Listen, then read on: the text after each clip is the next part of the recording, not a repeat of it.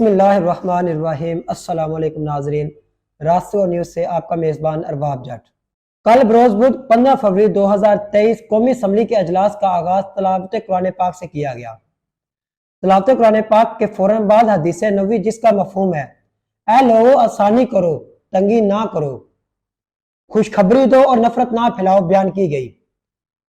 نعت رسول مقبول صلی اللہ علیہ وآلہ وسلم کے بعد نہایت جذباتی انداز میں قومی ترانہ پیش کیا گیا۔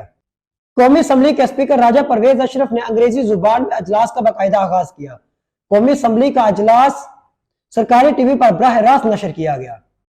وفاقی وزیر داخلہ کی عدم موجودگی کی وجہ سے ایٹم نمبر 2 کی بجائے ایٹم نمبر 3 کا اعلان کرتے ہوئے سینیٹر وزیر خزانہ اسحاق ڈار کو تقریر کی دعوت دی گئی۔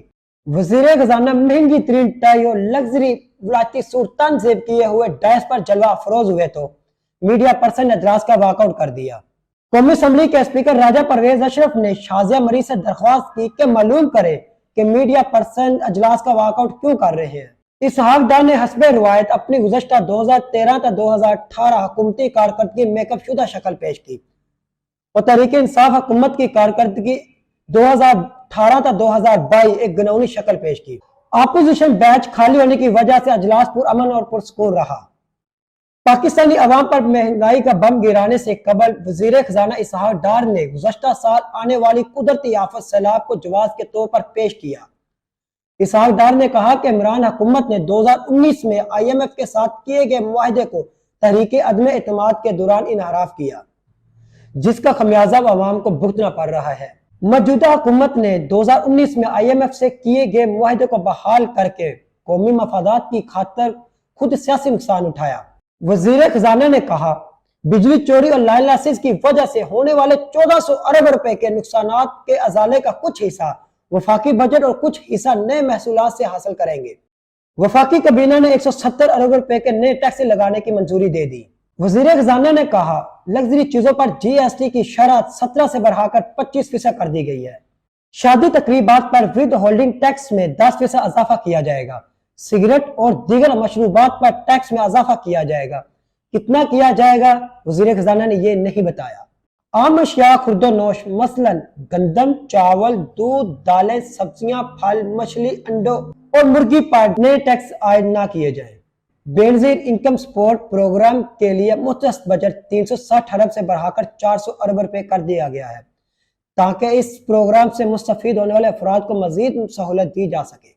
وزیر خزانہ نے قوم کو تسلی دی کہ آہستہ آہستہ ترقی کا عمل دوبارہ بحال ہوگا، قیمتوں میں استحکام اور عام آدمی کی آمدن میں اضافہ ہوگا، GDP بھی بہتر ہوگی، لیکن اس کے لیے پوری قوم کو مل کر قربانی کے لیے تیار رہنا ہوگا۔ IMF کے پروگرام کے ذریعے زر مبادلہ ذخائر میں اضافہ اور روپے کی قدر میں ٹھہراؤ پیدا ہوگا، برآمدات میں بہتری اور LCs نہ کھلنے کے مسائل دور ہوں گے، سالانہ محصولات کا ٹارگٹ احسن طریقے سے حاصل کر لیں گے۔ وزیر اعظم کی جانب سے 2000 ارب روپے کے زرعی پیکیج سے ملکی معیشت پر مثبت اثرات مرتب ہوں گے۔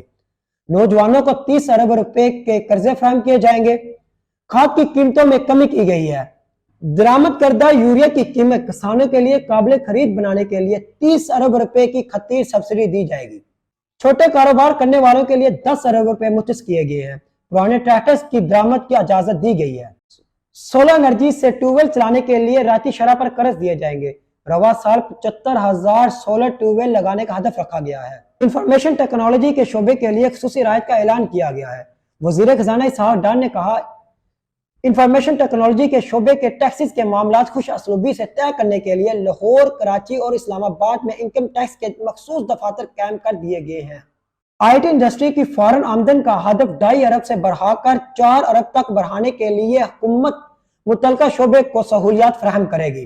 ناظرین، مینج بجٹ کی تفصیلات سے اندازہ لگایا جا سکتا ہے کہ وزیر خزانہ اسحاق ڈار نے نہایت متوازن اور عوام دوست پالیسیاں متعارف کروائی ہیں، لیکن بجٹ کی مخصوص اور دلچسپ بات جو وزیر خزانہ اسحاق ڈار نے کی وہ عوام کو سادگی اپنانے کا مشورہ تھا، جس پر روشنی ڈالتے ہوئے انہوں نے کہا کہ کفایت شعاری اور سادگی کی مہم کا سب سے پہلے آغاز وزیر اعظم شہباز شریف نے خود سے کرنے کا اعلان کیا ہے اور وفاقی کابینہ کو بھی اس پر پابند کیا جائے گا، لیکن خود وزیر خزانہ کا دوران اجلاس لگژری سوٹ پہن کر نمودار ہونا حوصلہ شکنی اور مایوسی کی علامت ہے۔